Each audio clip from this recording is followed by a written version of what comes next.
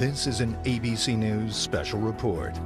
To update you on the situation, if you're just now joining us, at least 14 dead, 50 injured. A lot of those injuries are severe.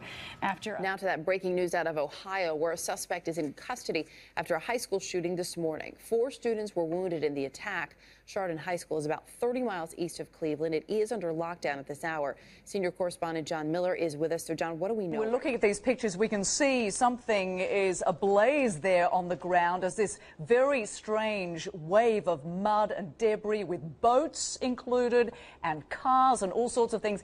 It's when you see something like this, Ivan, unfold before your very eyes that you get an idea of there's nowhere to run when you have something like that coming so fast towards.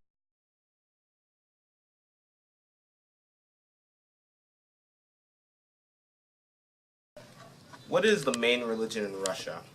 What is Ghana's main trade? And when was the last time the U.S. has been in a war with Iran? These are all things discussed in a biased manner by major media outlets. Things like this are things we're commonly exposed to every day. I have a question for you. When was the last time your perception of current events wasn't based off of media? To conduct our experiment, first we're going to do a few things. We're going to collect all the videos, like the ones we just showed you, articles like this. These pieces of media will all show different media biases. We will then interview groups of 6th, 9th, and 12th grade students. The questions we will ask them are written in multiple choice format, so in the later steps we will be able to calculate their scores. The questions will be about various cultural groups. An example question could be, what is the main religion in the Nation of Islam? Another question could be, who is the supreme ruler of Kenya? There are even biases in the media about American cultural groups. An example is African Americans or Latin Americans. They are often subjected to media biases. Their cultural issues are often skewed or made unimportant. There will definitely be clips about that and interview questions.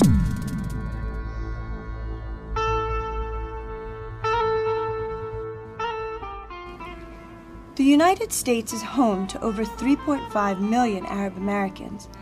Although a small portion of the population, their portrayal by journalists and in the entertainment world has been largely negative. The impact on the community has been startling. In terms of the war on terror, who do you think should be the next country to invade? Saudi Arabia. We chose to do this project because each of us have been in a situation where someone else's opinion of our specific cultural groups were influenced by the news and its bias.